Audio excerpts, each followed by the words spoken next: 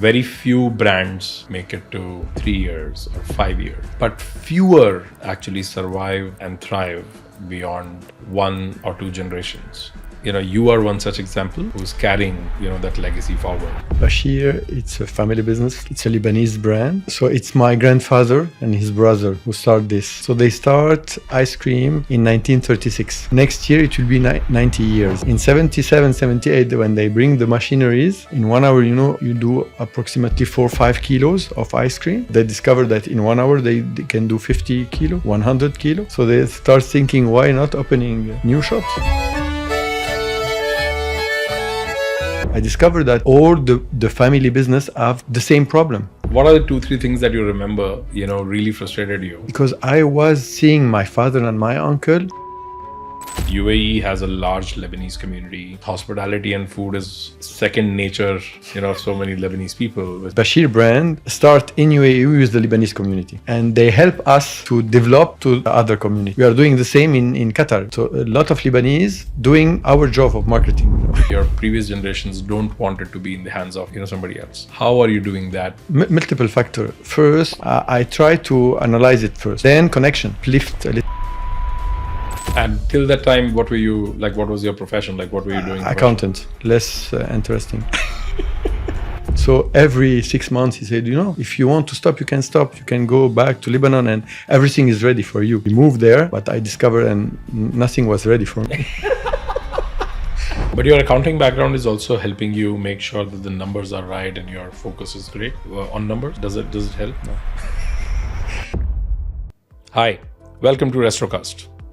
Today, my guest is one of the rare kind brands that have seen, generations, in literal sense, experiencing their 4th generation, not only loving the brand, but working hard and thriving to take that brand to the world. My guest today is Alexandre Bachir of Bashir Ice Cream, a Lebanon-based company that started in 1936 by 2 brothers, carried forward by their 4 sons, and being carried on their shoulders by 14 third generation family, and who is, very lovingly bringing the 4th generation in right now.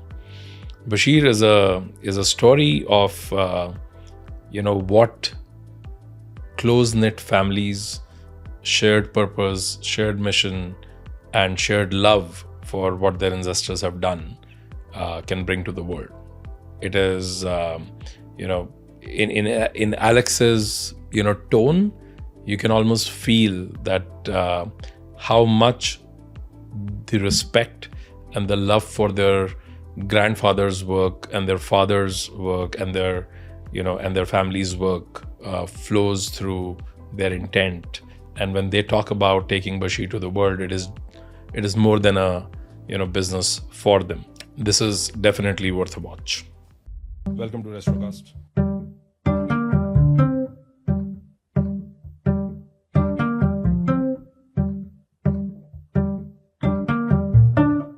Alex, welcome to Restrocast. Thank you very much. Thank you for having me here. I heard, your story of the family and the business that you run today.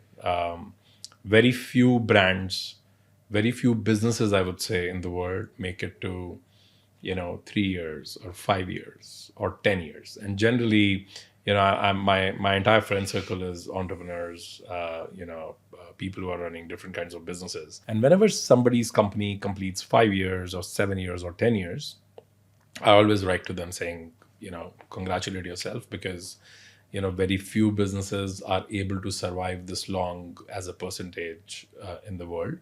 And, after 10, I believe that you are on to building a legacy. This is the step 1 of what a legacy looks like. But fewer or rarest of the brands actually survive and thrive beyond 1 or 2 generations and have, legacy which is multiple decades old. Alex, you are one such example who's carrying, that legacy forward. What's the story? What's happening at Bashir Ice Cream? So Bashir, it's a family business, like you said. It's a Lebanese brand. Oh, so it's my grandfather and his brother who started this. So Edouard and Maurice Bashir in the mountain of Lebanon, a village named Bikfaya. So they start ice cream in 1936. 1936. 1936. So we are So- almost 89 years So in. next year it will be 90 years, yes. So in 1936 they start doing ice cream in a shop where they was selling popcorns, coffee, cigarettes. So in 1936 they start doing this, and with time they stop everything and they sell only ice cream. In 37, 38 they start selling only ice cream.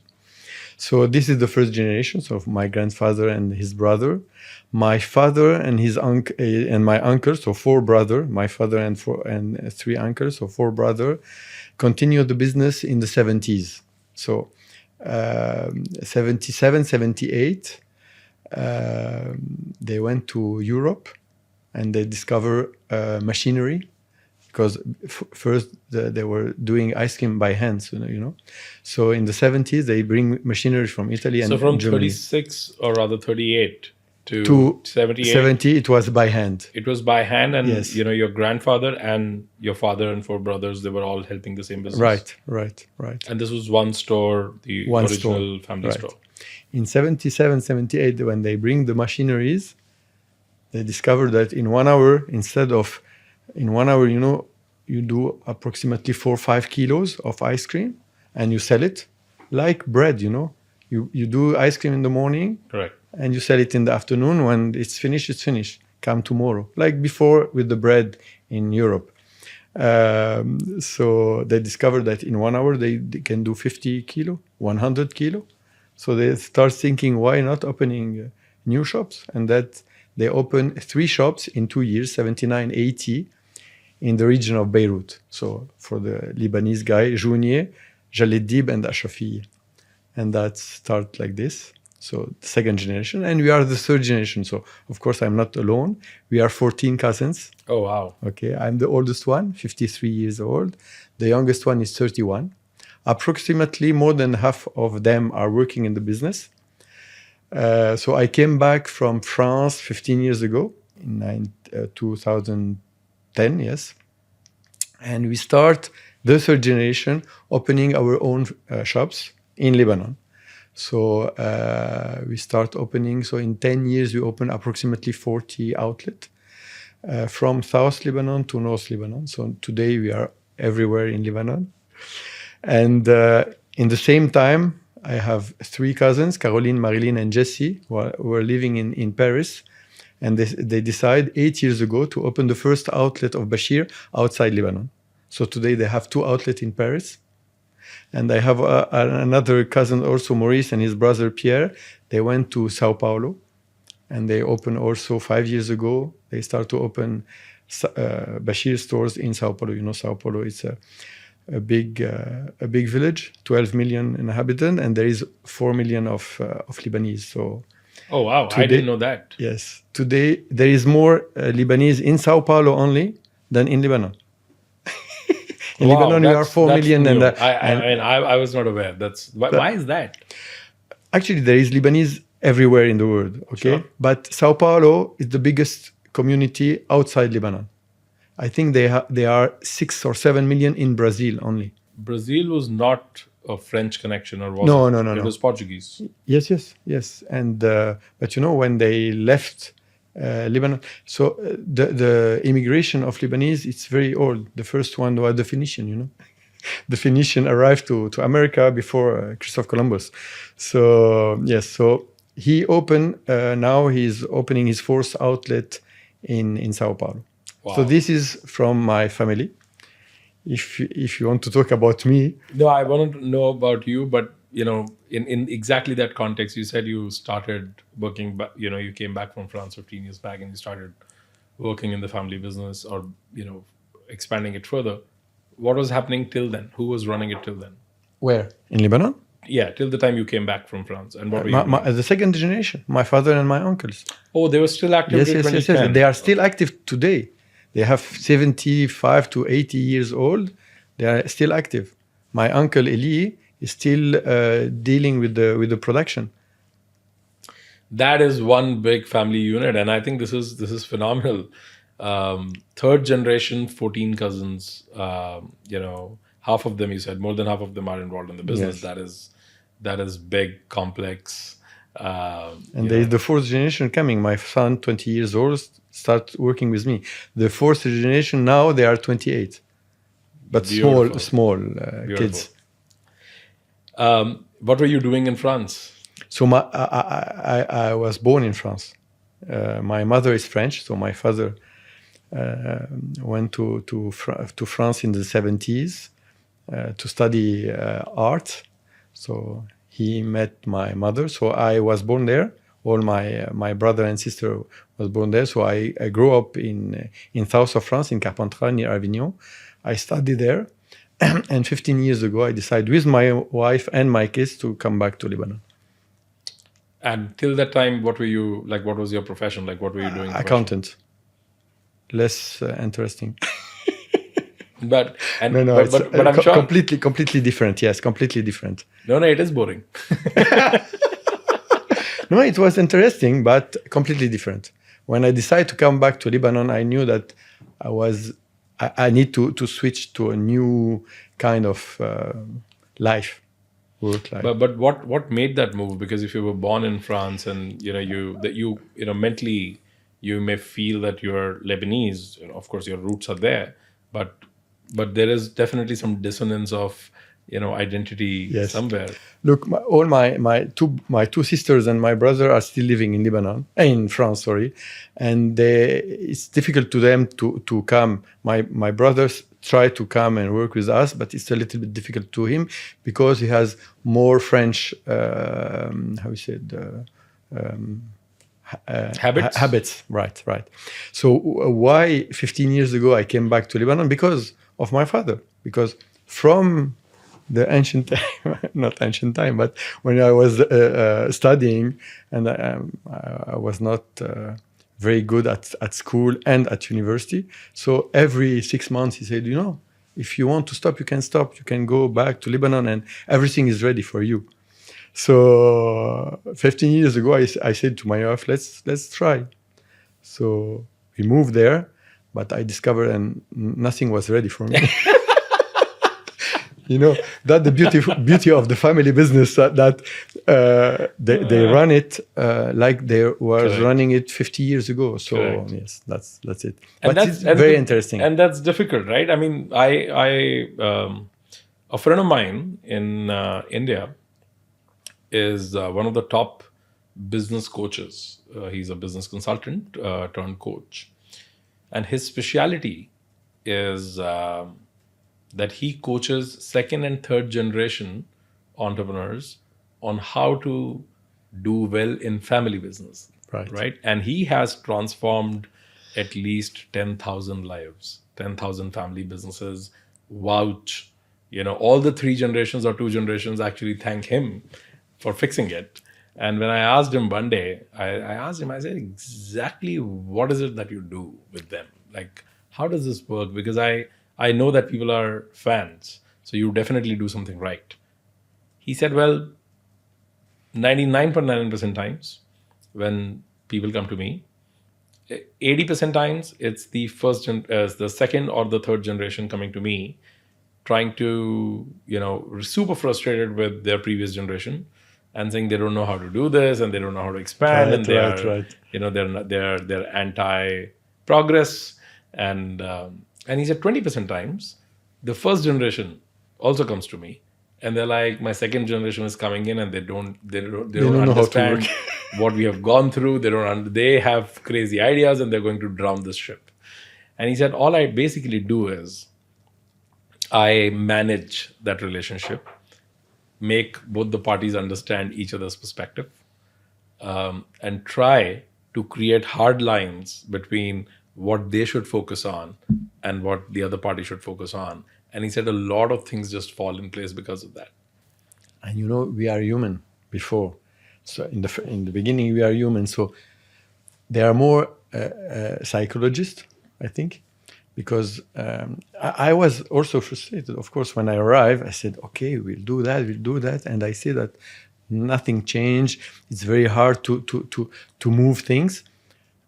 And I was frustrated for perhaps 3, 4, 5 years.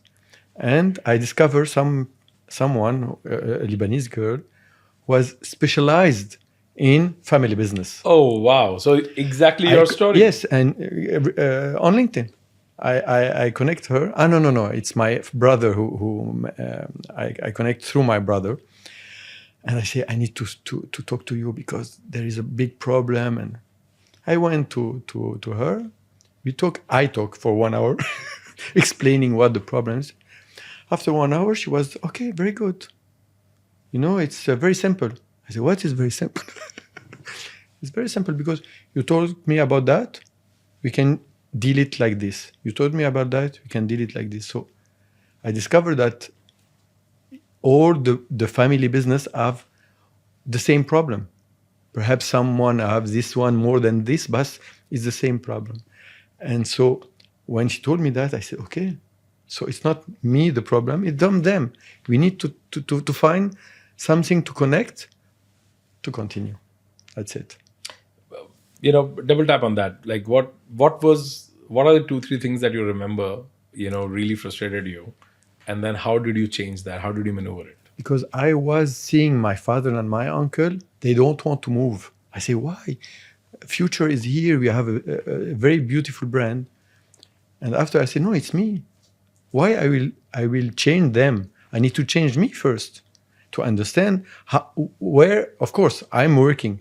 I work for 10 years in Lebanon. I opened shops. So I was directly in connection with the customer and everything, but also with the production, with the problem of marketing and everything. But I said, I need to, not to change, but I need to position myself to be able to talk to them. And still today, I try, but I'm not having the right position. But now, with my other cousins, we are trying to arrange that. And this is the difficult. When you say that they were not moving, what do you mean? They are working like they were working 40 years back, yes, or 30 years back. No Instagram. No advertising, no marketing. So now, without hurting them, we open an Instagram account. Say, look, it's beautiful. Oh, okay. Never mind. Do what you want to do. But for example, when I arrived here in UAE, they were against the franchise model. Okay. I said, I will try. If it's working, it's not necessary to have it everywhere because in Paris, in Sao Paulo, is owned by them. So Correct. It's managed by the family. But we can try. So that's the beautiful. And because they are my family, if we have not bad words, tussle or difference of opinion. After 1 week, every Sunday, if we are in Lebanon, we need to go and have lunch in my grandmother house. Oh, so wow. We are 50 or 60 or 70 there. Even if I don't talk with one of my cousins, I will go there and I will see him and I will talk to him. Right? So this has to happen every Sunday? Yes. Okay. So my grandmother and her sister. So my grandfather and his brother, okay, married my grandmother and her sister. So 2 sisters, 2 brothers. Got it. Yeah. Okay. So my grandfather have four kids. My grand uncle didn't have kids, so they live in one house all day long. So my father, when he was young, he said, "Me, I have 2 father and 2 mother." So until 5 years ago, when my grandmother passed away with her sister after 1 week, imagine, they grew up in their family house. They get married the same day with 2 brothers. So they went to the new house in the same day, and they pass away at 1 week difference. Yeah, that's after 90 years. So my grandmother, if she knows that we are in Lebanon, she called me, "Where are you? It's Sunday, you come." So Every Sunday, everyone was so fourth generation. So that means even if there is a conflict, it can only stay for a week at max. And if there is a professional conflict, it will not affect the family gathering. What you're saying is beautiful. I think in today's world, very very hard to find, and I think such kind of rooted upbringing and rooted family. I think it's a blessing. That's quite amazing to hear. No matter how complex that makes the business, but it's beautiful. And now the difficulties will be to give this heritage to the fourth generation, because the fourth generation it's more how we said not displaced, because Diversified. yes, they're all in over France, in so this is my purpose, my goal with my brother and my cousins, of course, because my kids were living in Lebanon, so they have the Lebanese mindset, yes, and they knew my grandmother. So, but yes, is so when you started, when did you start franchising in Dubai? In UAE? 3 years ago. And did you get a lot of value from, because UAE has a large Lebanese community, and so many of them are enterprising individuals. Hospitality and food is almost, I think, second nature of so many Lebanese people, which is phenomenal. Did you get a lot of value for being that nostalgic brand from Lebanon? What's been the journey of last 3 years of franchising? Actually, the Bashir brand start in UAE with the Lebanese community. We start focusing on Lebanese community, and they help us to develop to the other community. We are doing the same in Qatar. We just opened 1 month ago a shop in Qatar. So it's the same. So a lot of Lebanese doing our job of marketing. Bashir is open. Who is Bashir? I don't know Bashir. Well, Bashir, it's an old brand from Lebanon. So they are doing the influencer job for us. Yes, the Lebanese community help us a lot. And was 3 years back the first franchisee, for you as a family? Yes. So how's actually in Lebanon we have some shops who are not managed by us, but it's not they are 20 or 30 years shops, so it was not the same structure of a modern franchise business. So yes, for Bashir it was the real franchise model, new franchise model. Every brand wants to franchise, and every brand is not able to franchise. Like not everybody is able to do that. Not everybody, but I think every brand wants to do that, and especially with family-owned legacy brands, this is the number one problem, where your previous generations don't want it to be in the hands of somebody else. How are you doing that? How has been the experience? What has been the highlight and the low light? What's bad? What's good? Multiple factor. First, before thinking about franchising, I start doing it after 2 years after my arriving to Dubai. So I tried to understand the market first, because I knew that Dubai is a very big market, very good market, but very competitive. Sorry, and today there is perhaps every month there is a new brand of ice cream. So I try to analyze it first. Then connection. When I arrive, I open my LinkedIn account, and for me it was a new world. So I connect with a lot of people, and 2 of them I'm still working with them today, 6 years after my first connection, and they help me in both sectors, help me to understand and to see the potential of the franchise business in Dubai. Because in the beginning I said no, I will do something else. Bashir, it will be too complicated. So, and of course, so one guy is Christian Saloum. It's still today my advisory, my negotiator, my consultant in developing. And he put me in contact with my franchisee here. It's Belhassa Hospitality. And you were talking about Lebanese. The GM of Belhassa is a Lebanese. So it was very, very interesting for me.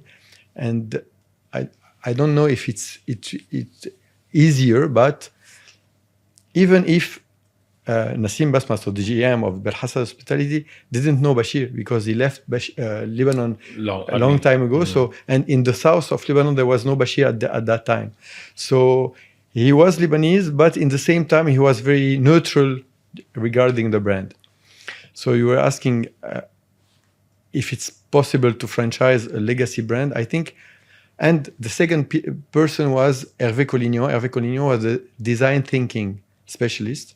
And we work a lot on this, on how can we, not rebranding because we did rebrand, but uplift a little bit the perception of the brand, especially in a market like Dubai, very And Dubai can be, I mean, that will be my next question, because Dubai can be a very, very tough market. Yes, very tough.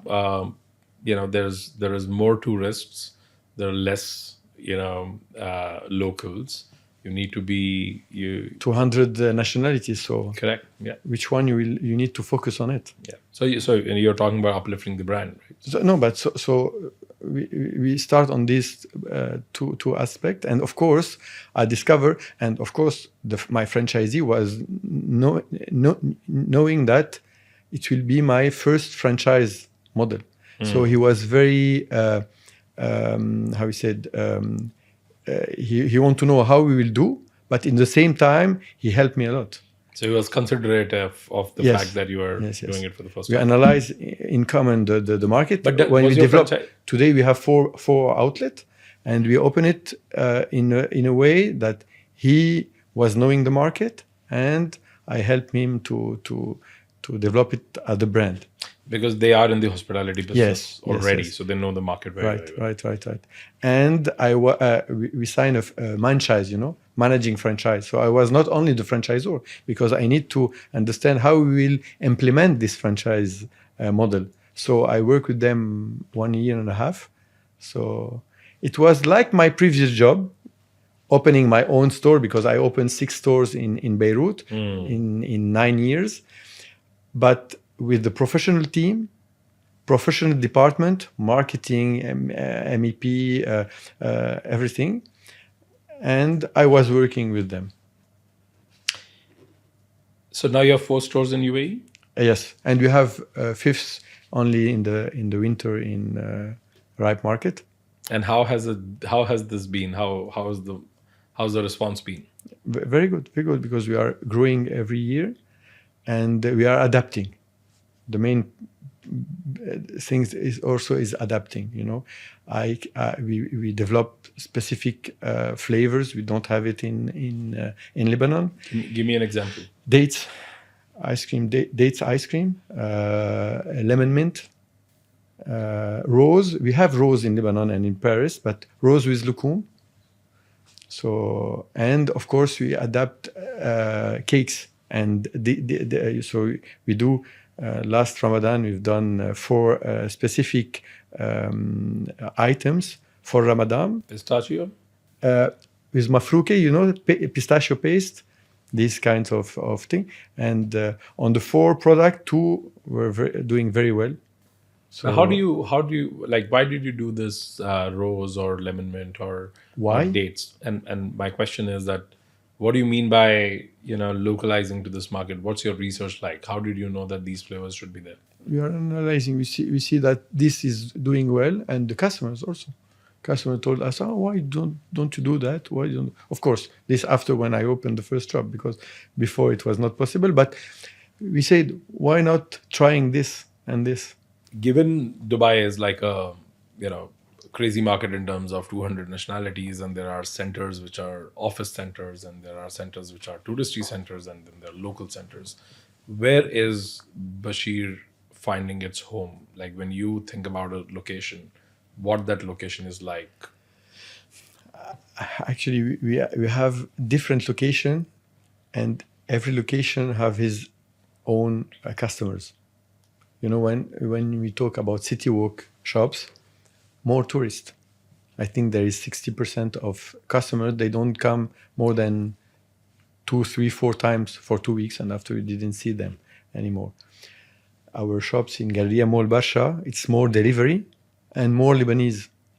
And Indian also, Indian and Filipino. Indian are like very, they like the ashta flavor.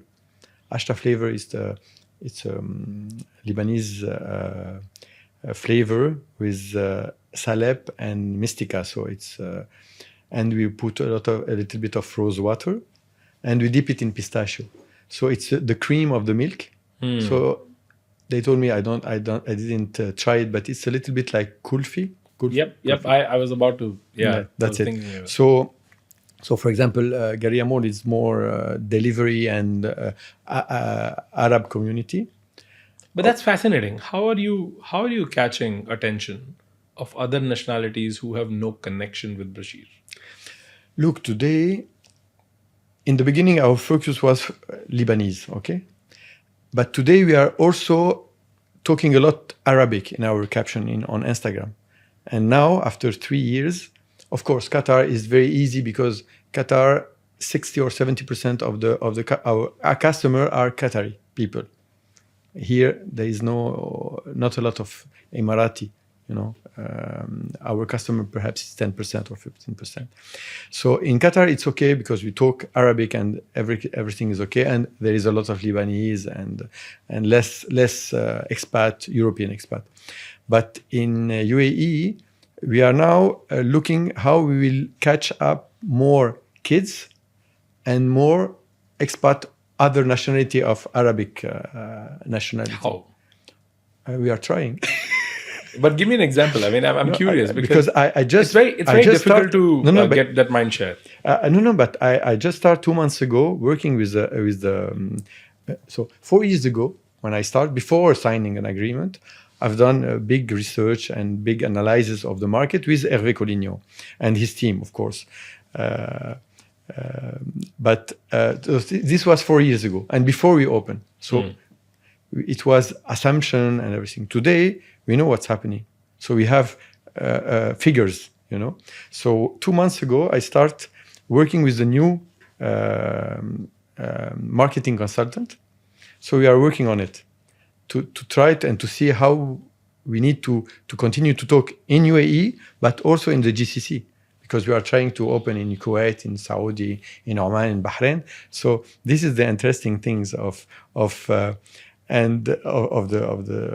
marketing and of the tone of voice and everything. So if you want, I will send you everything when it will be finished, because I think 1 week or 2 weeks it will be finalizing.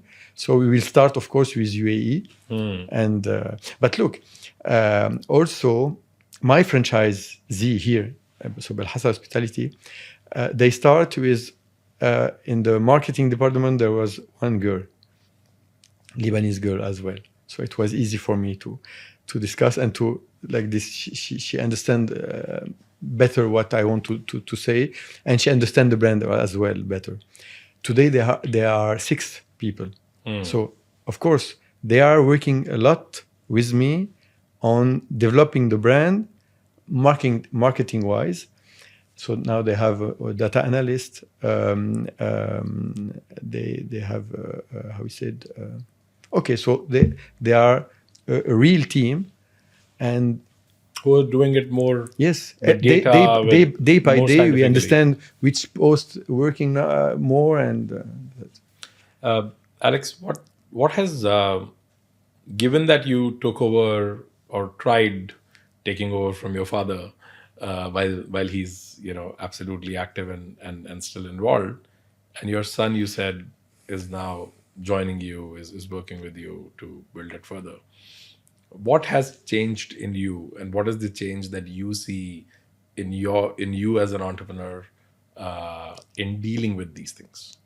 So if I say it, for 15 years, when I came back to Lebanon to now, I have a bigger picture of the business. Of course, when I arrived, even if I was 30 something, I was we need to change. We need to change everything, and we are not working good. And today, no. I said, thanks God, my grandfather and his brother, my four uncles, work like that because they give us a brand that we can today use and develop better than before. But so I have a bigger picture. When I say bigger picture, so of course, I met a lot of people. And the most important is the ego, If your ego is very big, you will not try to understand what people are telling, and you will not understand, and you will not hear what people are saying. I don't say that I change my point of view, but and today I think the best things you can do is put people around you that they are better than you and understand better some points. Because okay, I'm an entrepreneur in Lebanon. When I arrived 15 years ago, I was doing everything, but you are not Superman. So today now, for perhaps 1 year, I enjoy doing this. So talking with people, say, oh, this guy is very good for this branch, for this, not branch, for this, how we said, department, okay. And because I see myself in 5 or 10 years, perhaps in 10 new country, I need to be surrounded by people who, of course, how we said, believe in the brand and believe in me, of course. But I think this is beautiful what you just said. Jeff Bezos, founder of Amazon, he once said, and I think somebody interviewed him and wrote that in the book, where he said, a business or an entrepreneur goes through, 2 stages. One stage is what needs to be done. This is when that entrepreneur is in the play, on the driving seat, and continuously, thinking about what needs to be done. And he said, and then comes a stage where he or she needs to think about who needs to be empowered. And he said something, this is beautiful, because he said, when you start, stop thinking what and you start thinking who, that's exactly when you have, transcended to the next level. That means after a point, your job is to find the right people, and then just empower them to do their job. You don't need to worry about what, they need to worry about what. You just need to worry about who. Who and where. Yeah.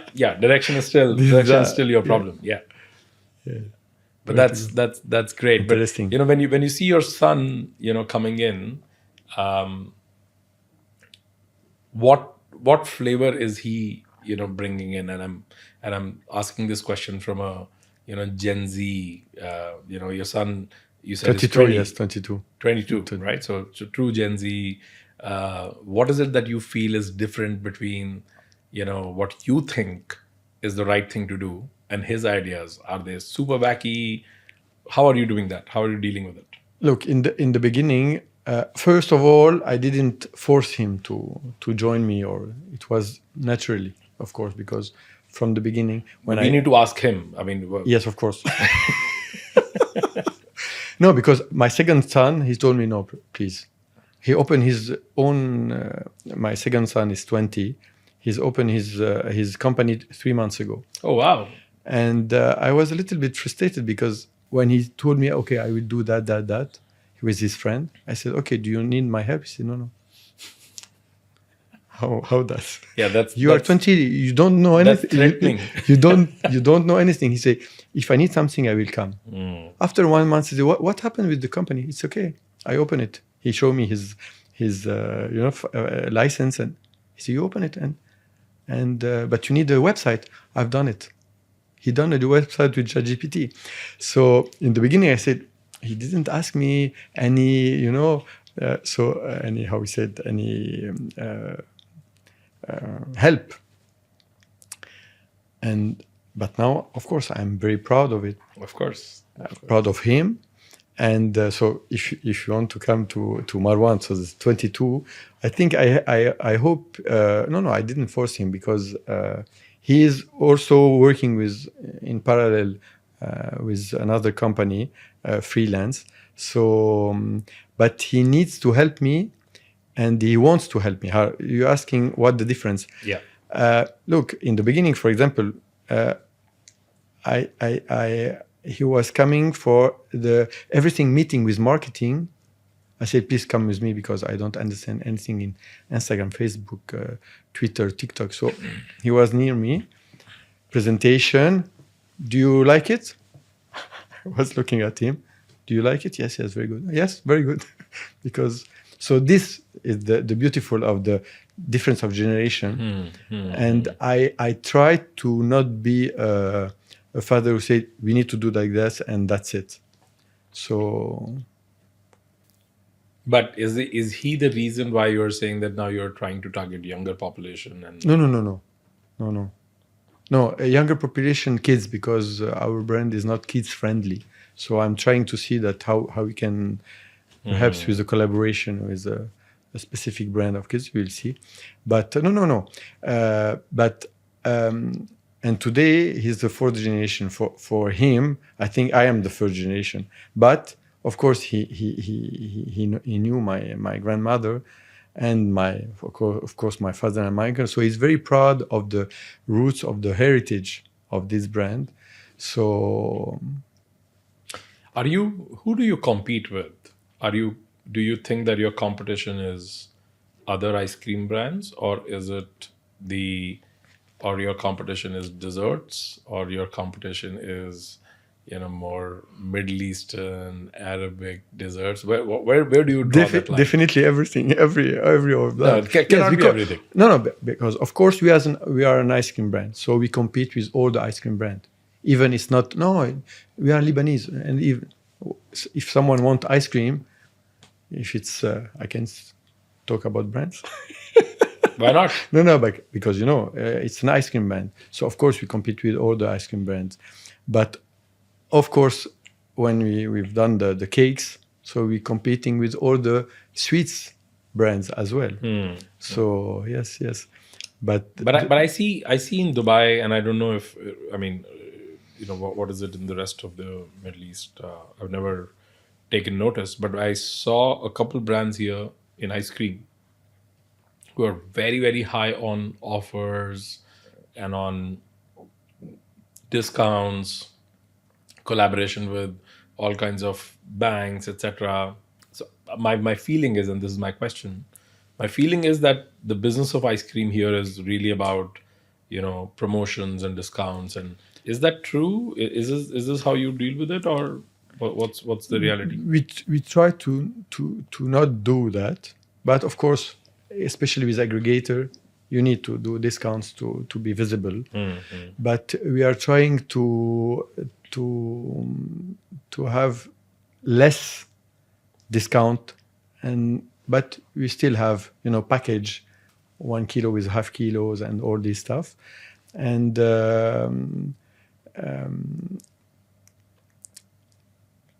it's very tough. It's very tough, and I don't think doing discount will help the brand. Yeah. And I think I saw yesterday that the fourth e-commerce luxury brand, not luxury e-commerce brand, they collapse. The fourth in 2025, I think, because e-commerce is only on discount and Correct. having.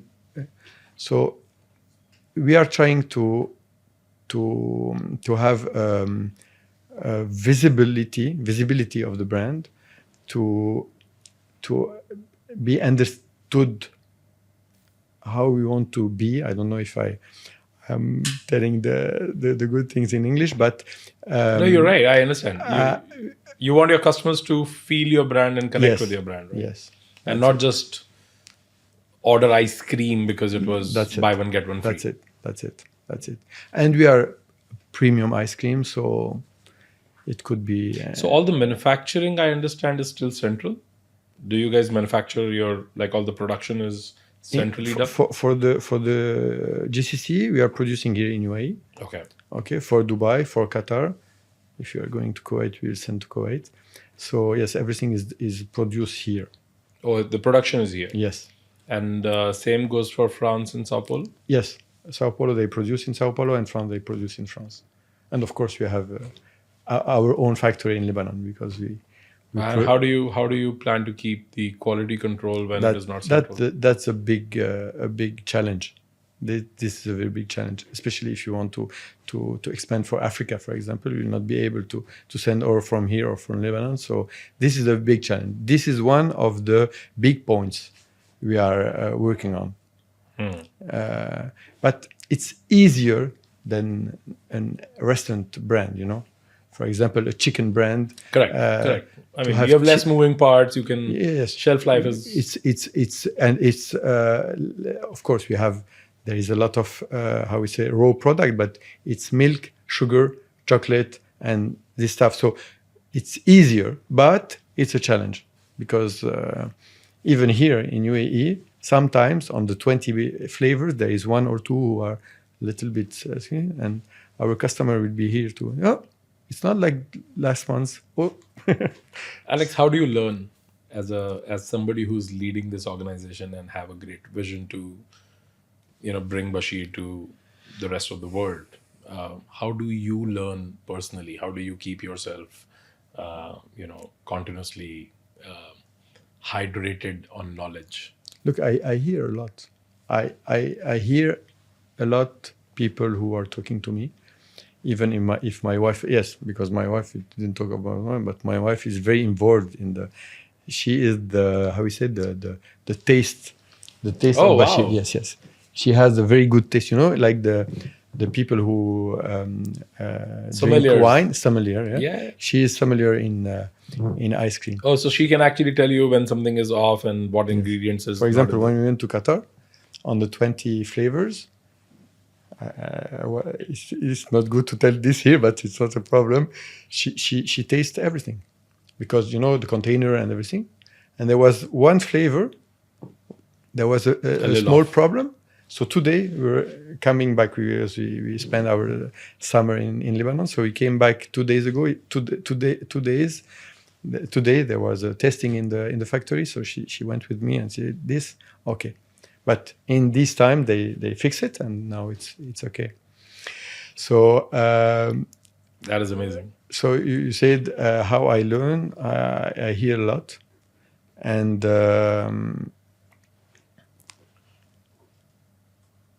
but how do you listen? Like, I mean, I understand what you mean, but how do you actively do actively something? See, one is that when we listen when somebody comes across. For example, I'm talking to you.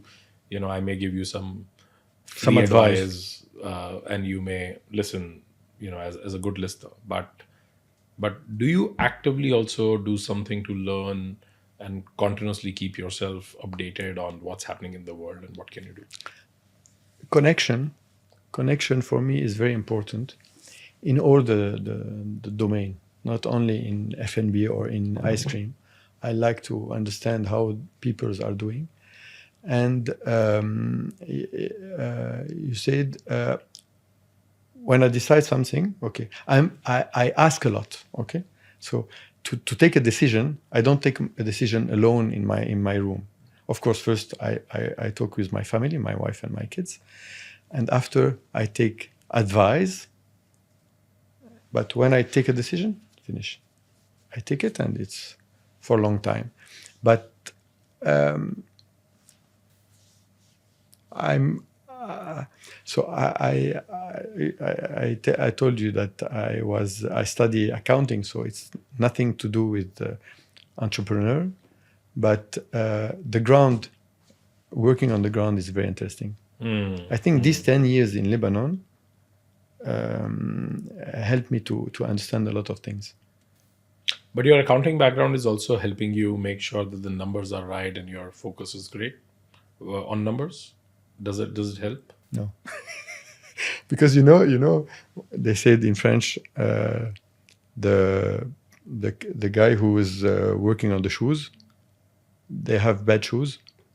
how we say this. Yeah. So my first years in Lebanon was very terrible in accounting because I was working on everything and I said Wow. accounting is not very important. So I made big mistakes with Damn, I finance. feel better about myself than now because You're see not I'm very good with numbers, but I hated finance. And I'm an engineer. I was always like extremely science oriented, very geeky, and so I hated finance as a subject in terms of doing it. I was good with numbers, but that's just math. That's not accounting. And I can tell you, for first 10 years of my entrepreneurial journey, I neglected finance like a plague. Like, it was not only neglected, I used to run away from it. I used to be like, I don't want to do anything with it. I will tell my accountant, do whatever you want. Tell me how much money is in the bank, and we're fine. When there is a problem, just call me. And of course, learned it the hard way that if you want to run a business, you need to be very, very good with finance. And finally, 10 years back, so out of my 20-year journey, it's literally two parts. Of course, it's very interesting to have a finance background, especially now for PNL and all this stuff. I understand the picture. Correct. It's easier for me. But yes. Yeah, but it doesn't help as much when you're overwhelmed, with so many things. Bashir, Alex, for Bashir, when I asked you that central production unit, I think I wanted to double tap on that. But as you're growing your franchisee, network, and given that it is 3 years old, I'm sure you might have had bad experiences already, or no? With the production? With franchisees, because when you're dealing with franchisees, you're dealing with business owners. Okay. Outside of you. Have you had any bad experiences so far, and how do you deal with them? The good thing is that I have one franchisee per country, so it's easier for me. Of course, it's more difficult to choose the right one, but when you choose it, it's easier because you don't have to. I'm not doing like I don't know, Subway. Perhaps they have one franchisee per store. Correct. Okay. Yeah, that's crazy. So I have a franchisee for the global for all UAE, one for Qatar. I'm looking for one for Kuwait. So I have bad experience looking for a franchisee. I signed MOU with some people that was not good, and hopefully, and thanks God, we didn't sign the franchise agreement. But for now, thanks God, I didn't sign a franchise agreement with a bad franchisee. So I think the qualification of a franchisee, this is the main job, the main things to do, to understand and do. And I think actually when we sign an MOU, I travel to see the people. Of course, I do a KYC, but the KYC, it's papers, but connection. Of course, we do a lot of Zoom call before, but the connection is very important. I think it's the most important. What is one ice cream brand in the world that you admire and you want to be? I want to be the Häagen-Dazs of the Middle East. No, I this is a phenomenal story, and I think I see that you have something special. Not only have such a complex yet close family loop running a beloved brand, but at the same time your next generation and your family's fourth joining in. Yes. Thank you Thank you very Alex, much for doing this. It was a great conversation. Thank you to have me, and thank you for the team.